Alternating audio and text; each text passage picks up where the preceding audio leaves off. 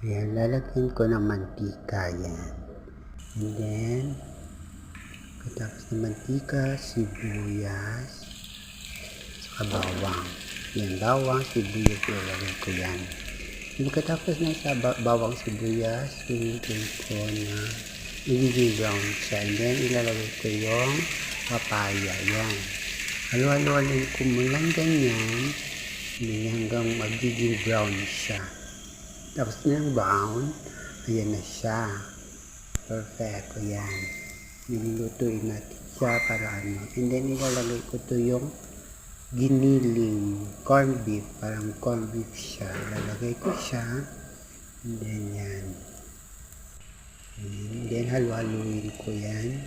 Pagkatapos ng mga halo, yan na yung kalabasan niya.